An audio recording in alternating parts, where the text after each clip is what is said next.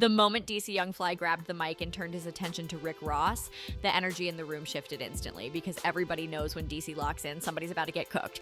Y'all had a chance to talk to Ross since he walked off on y'all? We were just talking to Angie Martinez about that yesterday. We in Atlanta, so we run into him all the time. Yeah. So it ain't never been no hard feeling. Yeah. I don't want to say no hard feeling. Yeah. I'm gonna say first of all, I don't give. Yeah, I get it. But I give a because Try to make it. you as a person. Yeah. We the type of people that will never bring up nothing that we feel like that can be diminished to your career or anything, nigga, because we some real niggas. Yeah. The moment you leave our show. What started as a light exchange quickly transformed into a full-blown roast session that had the crowd screaming before Ross could even adjust his posture. DC didn't ease into it. He didn't warm up. He went straight for the image, the boss persona, the larger-than-life flexes, and he did it with that smooth, effortless delivery that makes the punchlines hit twice as hard. You went and did a podcast. A white podcast. You sat your for almost 2 hours. And didn't leave. And you talk. And the white folk asked you, was you a professional officer? Yeah. We would have never asked you that, nigga. We Right. got respect for you. Right. And you sat right there and you answered that question so eloquently, like it wasn't even disrespectful. And then I get to sit back and watch that. And what's the difference between them and us? Okay. Now I feel disrespect. Right. Don't do us like that. And it's still love, but nigga. Look, bro, listen, man. I came to your podcast. I came for free, homie, no charge. I did it on face, homie. I didn't ask you what your analytics was and this and that. Rick Ross walked in with that usual mogul confidence, the beard groomed, the shades on, the aura of I run the room. But comedy doesn't respect aura. Comedy challenges it. DC's first few jokes cracked through the armor like a hammer tapping glass. The crowd reaction told the story. When the audience gasps and laughs at the same time, you know the jokes are landing deep. The streets understand something about roasting culture. It's not about hate, it's about dominance in the moment. And in that moment, DC controlled the narrative. He poked at Ross's lifestyle flexes, his boss talk, or even his weight and luxury habits, but in a way that felt playful enough to keep it from turning ugly. That balance is rare. Too soft and it's forgettable. Too harsh and it's uncomfortable. DC walked that line perfectly. I came on face, homie, to show love. And don't make it like I walked off on you. I left early.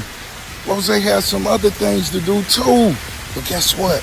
I came for free, nigga. I wasted that nice Gucci jacket on that look, man. I couldn't even really wear my Gucci jacket again. But my nigga, I did it for love. And next time I come for free, at least have me some lemon pepper wings. Stop at that. Heard me? But I came for free. I ain't charging. You feel me? Don't talk about Rose other business. I came and did that for free. And what is the analytics? How the show doing anyway, man? I come back on it, and when I'm gonna walk off next time. Hey, Rose, was I been? Of course not. You know when it's time to go. When it ain't no more chicken wings, man. Niggas ain't smoking, man. August 2nd for the pool party. You know what I'm saying? I'ma DM my nigga DC Young Fly. Tell him come out there, nigga. You know what I'm saying? You feel me?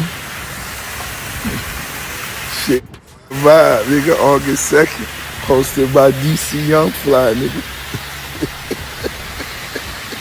What made this moment viral wasn't just the jokes, it was Ross's reaction. Ross tried to laugh it off, tried to stay cool, but the camera caught the subtle pauses, the half smiles that looked slightly forced. The internet zooms in on details like that. The crowd's energy amplified everything. Every punchline got louder than the last. Every comeback attempt from Ross got drowned in laughter.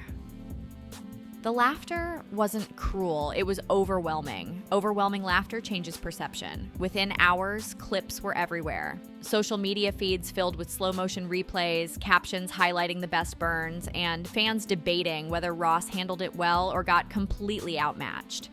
Ross, big homie. First of all, you know it love. Second of all, I got to call a spade when it's a spade. You say you did it for free. Everybody do it for free, Ross. You ain't the only nigga. Boosie did it for free. T.I. do it for free. Nigga Busta Rhymes did it for free. Nigga Snoop Dogg did it for free. Everybody who sat on that couch do it for free. Now, that wasn't the biggest moment. Now, that's one of the viral moments, but Boosie episode 8 million. Got Country Wayne 6-7 million. Like, we do numbers. We do analytics. Our analytics, we was the biggest before you came, and we was the biggest afterwards. So you always got room to come back to be on the biggest podcast in the world, correct? You dig what I'm saying? But when you call a spade, it get hot. And where you gotta go to cool off? I'm going to talk to my little homie DC in the pool because it's hot. I got to get in the pool because it's too hot outside. And August 2nd, y'all make sure y'all go to his pool party, because I'm not gonna be there. But you said I was gonna be there, Ross. But that's false advertising. I didn't say give me a check, but get the free promo, nigga, because we family. Push up to his pool party. Y'all push up, because I'm gonna be in Philadelphia telling these jokes. But everybody can get some money. Push up to the pool party. But Ross, don't do that. And the jacket, nigga. The streets love moments where power meets humor. Rick Ross is a heavyweight in hip-hop business. DC is a heavyweight in live roasting. When those worlds collide, the outcome is unpredictable. This wasn't a feud. It was a showcase of quick wit versus ego. Ego doesn't always crumble, but it definitely sweats under heat. The clip kept circulating because it felt authentic. No script, no pre-planned insults, just sharp instincts and timing is everything in comedy. You wore the jacket for no reason. Well, let me buy that Gucci jacket up off you then, so I can tell my son I bought this from a nigga who left. He said that he wore it for no reason. It was a waste. So since we didn't pay you, I'm gonna pay you for the Gucci jacket. Because if I give you some money, I'm gonna want something. Give me that jacket. Since you want some money. But you know we love you, nigga. Push up again. And you said something about the wings. Make sure we had the wings. If you would have stayed, you would have knew we had 200 of them got Wingstop. They was in the back. You remember when you went to the back, the bathroom, you just left? It was 200 Wingstop wings. As a matter of fact, lemon pepper. We knew you were gonna but you didn't eat it.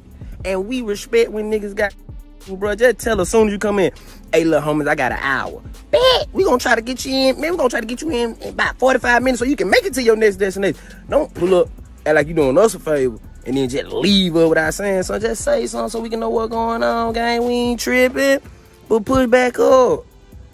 Your team, we called your team, we called the person who we called when you was on the way. Guess what they said? We don't know where he going. So Ross, get at the pool and give me a call so we can so we can get it together. I love you, big homie. We out. Every day I'm hustling. As the video kept looping online, the conversation shifted from simple laughter to deeper analysis about image and public perception because roasting exposes cracks in real time. Rick Ross has built his empire on confidence, luxury, and authority. That brand feels bulletproof in music videos and interviews. But under a comedian's spotlight, every exaggerated flex becomes potential ammo. DC didn't attack Ross's music catalog, he attacked the persona. Persona is where the real vulnerability lives. When someone builds a larger-than-life identity, exaggeration becomes part of the brand. Exaggeration is perfect fuel for jokes. The streets noticed how quickly the audience sided with DC. Not because they hate Ross, but because live comedy thrives on momentum. Once momentum builds, it snowballs. Ross wasn't prepared to counter momentum. What also fueled the viral reaction was the contrast in styles. Ross speaks slow, deliberate, calculated. DC fires jokes fast, sharp, and unpredictable. Speed often beats weight in moments like this. Fans began replaying specific lines that hit hardest, the way DC twisted Ross's catchphrases, the way he mocked the luxury image without sounding bitter. That creativity made the roast feel clever rather than mean. The internet loves humiliation narratives, but this one felt more like playful dominance. That's why it spread without backlash. Nobody accused DC of crossing lines. Nobody accused Ross of losing composure entirely. It felt balanced enough to enjoy. Still, the optics leaned in DC's favor. When a room laughs harder at one person than the other, that becomes the takeaway. Ross's brand relies on appearing untouchable. Being the punchline, even temporarily, softens that edge. Softened edges don't destroy brands, but they shift tone. The streets also appreciate when powerful figures can take a joke. Ross didn't storm off, he stayed.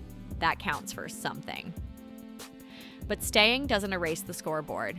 And in the scoreboard of laughs, DC ran up numbers. This moment highlighted how comedy can humble even the biggest moguls. Humbling doesn't mean humiliation forever. It means recalibration. Recalibration in public feels louder than private correction. The clip didn't fade because it represented a clean win in roasting culture, and clean wins get replayed for a long time. As the story matured, people started connecting this roast to a bigger pattern in hip-hop because moguls stepping into comedian territory often underestimate the firepower waiting there.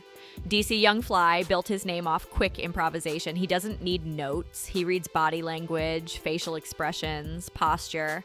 That skill makes live exchanges dangerous for anyone who isn't equally quick.